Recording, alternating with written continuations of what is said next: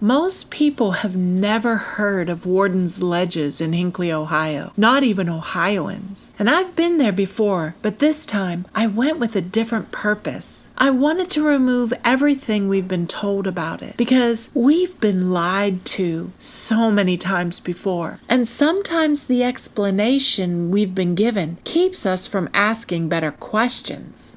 According to the mainstream story, these carvings I'm about to show you were created between about 1944 and 1948 by a local artist named Noble Stuart after he married Nettie Worden, whose family owned the land. They tell us that these carvings are simply an unusual collection of sculptures honoring family members, historical figures, and scenes that interested the artist. That's the official story. But as I walked through these woods with fresh eyes, I began wondering, what if these aren't random carvings at all? What if they're arranged to tell a story or tell us the truth? So today, I simply want to look deeper. The Smithsonian catalogs many of the carvings found here, and according to their records, they include an Egyptian Sphinx, a broken crucifix, Hiram M. Worden, Nettie Worden, George Washington, the Marquis de Lafayette, Ty Cobb, an Erie Indian with a tomahawk, Romulus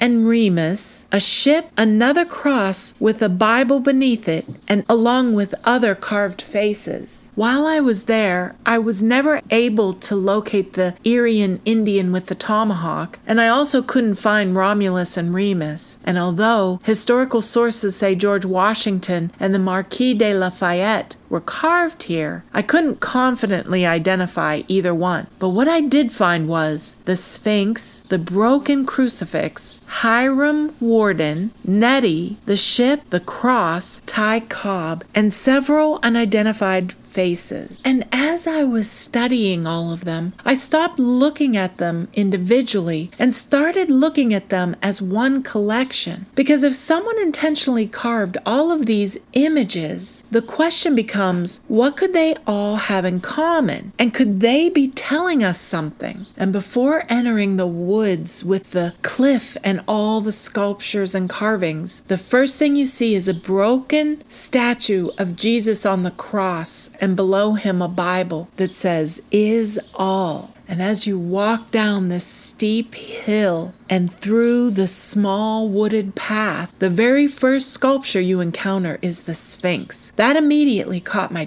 attention. Why begin with a Sphinx? The Sphinx originates in ancient Egypt, but it is also a symbol that appears in American Freemasonry. Many Scottish Rite Masonic temples throughout the United States place sphinxes outside their buildings as guardians of the entrance. And you can look up these Masonic temples and see their sphinx. For instance, there's one in Washington, D.C., and also in Utah and Texas. So I began to ask myself, why would this hidden sculpture garden begin with the very same Masonic image? Then another thought crossed my mind. Historical sources identify that George Washington and the Marquis de Lafayette among these carvings, and both men are well known for their connections to Freemasonry. And why Ty Cobb? He also is reported to have been a Mason. And then there is the ship.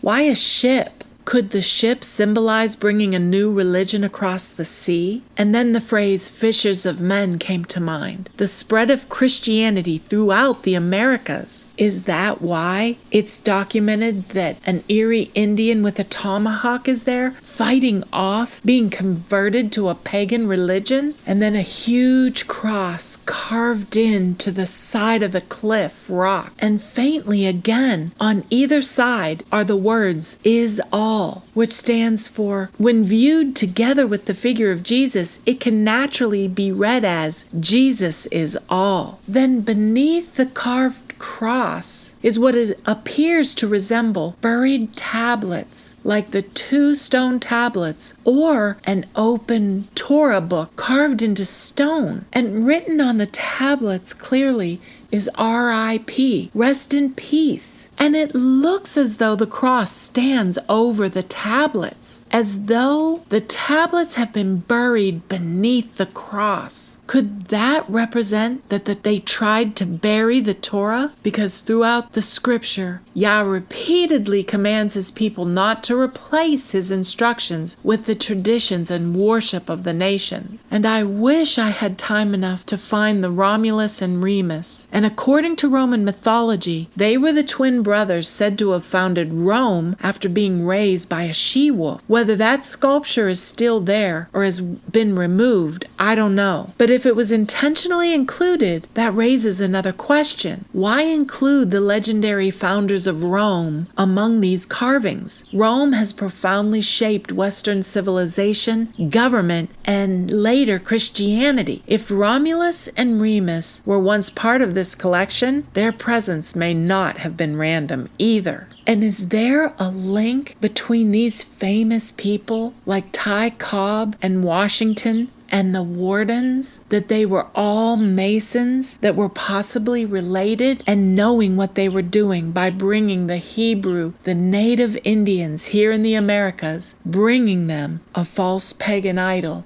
to bury their history and their Torah and Yah? I'm not presenting all this as fact and saying that this is what Noble Stuart intended, but I am questioning the narrative. I also can't ignore what Scripture says about idolatry. Yah continually warned Israel not to mix his ways with the religions of the nations. So when I see a sphinx, crosses, a crucifix, possible Masonic figures, Roman symbolism, and what appears to be tablets beneath a cross, I ask questions. So what do you think? Are these just random carvings placed on a cliff?